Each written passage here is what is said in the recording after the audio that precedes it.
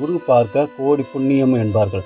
குருவின் பார்வை பட்டாலே கோடி புண்ணியம் கிடைக்கும் என்றால், அவரது அருளை கிடைத்தால் வாழ்வில் என்னவெல்லாம் கிடைக்கும் என்பது பற்றியும், அதே போல அவரது பலனை பெறுவதற்கு எந்த கிழமையில் வழிபட வேண்டும் என்பது பற்றியும் இந்த வீடியோ மூலமாக தெரிஞ்சுக்கலாம். இதில் அவருடைய பலனாக வாழ்வில் முன்னேற்றம், வேலை, உயர் பதவி, கல்வி, ஞானம், திருமணம் போன்ற மங்கள நிகழ்வுகள் அனைத்திற்கும் காரணமானவராக இருக்கக்கூடிய குரு பகவானை அவருக்குரிய வியாழக்கிழமையில் வழிபடுவது மிகவும் சிறப்பு.